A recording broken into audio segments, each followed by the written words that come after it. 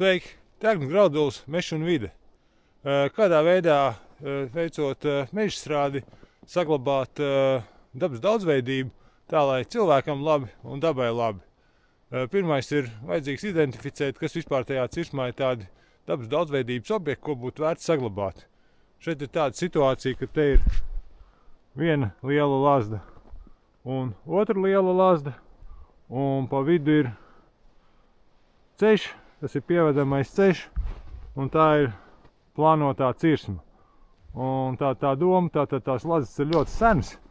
Viņas ir kaut kādas simtgadīgas vai vairāk to lazdu vecumu, neviens tā riktīgi nekad nezina, jo tie stumbri ir milzīgi, tās augšas tur resnākās daļas līdz dzīvo līdz 70 gadiem, cik ilgi tas celms dzīvo, to ziņu nav.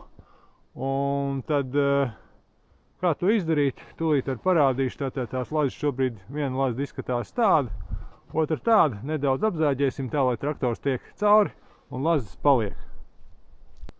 Nu lūk, tā izskatās izzāģēts te bišķi pieviešanas ceļš, tās abas lazdas paliek.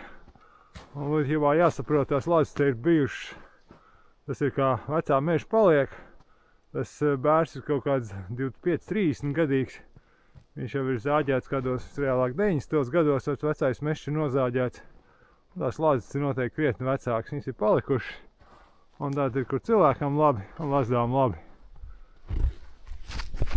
Un tā, paldies, ka skatieties, ja interesē kādi konsultācijas par cirsmu plānošanu, par dabai tuvu mežsaimniecību, kādā veidā var atrast tās dabai vērtīgās lietas cirsmā, labāk cilvēkiem palīdz stāstu.